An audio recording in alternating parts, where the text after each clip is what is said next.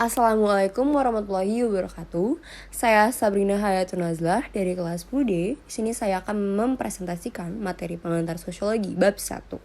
Sosiologi berasal dari gabungan dua kata bahasa Latin, yaitu socius yang berarti kawan dan logos yang berarti ilmu pengetahuan.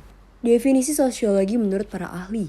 Menurut Pitirim A. Sorokin, sosiologi adalah ilmu yang mempelajari hubungan dan pengaruh timbal balik antara beragam gejala sosial dengan gejala non-sosial, dan ciri-ciri umum dari semua jenis gejala sosial lain. Albert Jerris Jr. menyebutkan sosiologi adalah ilmu yang mempelajari tentang kelompok-kelompok sosial yang membentuk organisasi sosial atau lembaga sosial dan peranata sosial, serta dampak yang ditimbulkannya. Ada pula pengertian sosiologi menurut Max Weber. Sosiologi adalah ilmu yang berupaya memahami tindakan-tindakan sosial. Dan menurut Paul B. Harten, sosiologi adalah ilmu yang memusatkan penelaahan pada kehidupan kelompok dan produk kehidupan kelompok tersebut. Sejarah perkembangan sosiologi sebagai ilmu pengetahuan modern dimulai pada abad ke-19 di Eropa Barat setelah revolusi politik di Prancis dan revolusi industri di Inggris. Istilah sosiologi ditemukan. Terjadinya revolusi politik yang berlangsung di Prancis berdampak sangat luar biasa terhadap terjadinya perubahan dalam masyarakat di berbagai bidang kehidupan.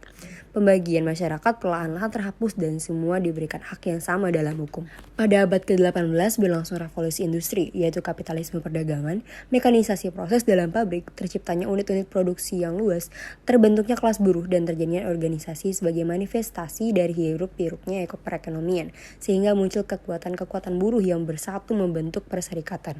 Auguste Comte melihat perubahan-perubahan tersebut tidak saja bersifat positif, tetapi juga berdampak negatif, yaitu terjadinya konflik antar kelas dalam masyarakat. Hal tersebut terjadi setelah Revolusi Prancis. Adapun menurut Berger, sosiologi berkembang menjadi ilmu yang berdiri sendiri karena adanya ancaman terhadap tatanan sosial yang selama ini sudah seperti itu adanya. Pengetahuan sosiologi di Indonesia sejak masa Sri Paduka Mangkunegoro IV dari Surakarta terdapat ajaran ulang reh yang mengajarkan tentang tata hubungan antar para anggota masyarakat Jawa. Ki Hajar Dewantara, Bapak Pendidikan Indonesia, juga telah menyumbangkan pengetahuan sosiologi dalam konsep-konsepnya tentang kekeluargaan dan kepemimpinan. Sosiologi sebagai ilmu. Unsur-unsurnya terdapat pengetahuan, tersusun secara sistematis, menggunakan pemikiran, dapat diselidiki secara kritis oleh orang lain atau umum, penyelidikan berdasarkan metode-metode ilmiah. Sifat-sifatnya ada rasional, yaitu kegiatan berpikir secara logis menggunakan rasa atau nalar. Empiris, kesimpulan yang diambil harus dapat dibuktikan melalui pemeriksaan atau pembuktian panca indera, serta dapat diuji kebenarannya dengan fakta. Objektif, kebenaran yang dihasilkan suatu ilmu merupakan kebenaran pengetahuan yang jujur, apa adanya sesuai dengan kenyataan objeknya. Akumulatif, ilmu yang dirumuskan berdasarkan teori lama yang disempurnakan dan andal dan dirancang. Ilmu pengetahuan dapat diuji kembali secara terbuka menurut persyaratan dengan hasil yang dapat diandalkan. Sosiologi sebagai pendidikan mengkaji hubungan antara fenomena yang terjadi dalam masyarakat dan pendidikan. Sosiologi agama mempelajari hubungan antara fenomena yang terjadi dalam masyarakat dan agama. Sosiologi hukum merupakan suatu lembaga kemasyarakatan yang diartikan sebagai suatu himpunan nilai-nilai. Sosiologi keluarga membahas kegiatan bau interaksi antara gejala kemasyarakatan dan keluarga yang di dalamnya terdiri dari bentuk-bentuk keluarga dalam masyarakat. Sosiologi sebagai metode.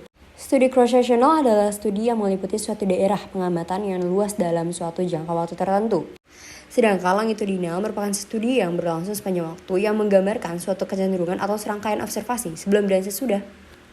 7 objek besar sosiologi. Yang pertama ada faktor kehidupan sosial manusia, kedua kebudayaan, ketiga sifat hakikat manusia, 4 kelakuan kolektif, 5 persekutuan hidup, 6 lembaga sosial, dan 7 perubahan sosial.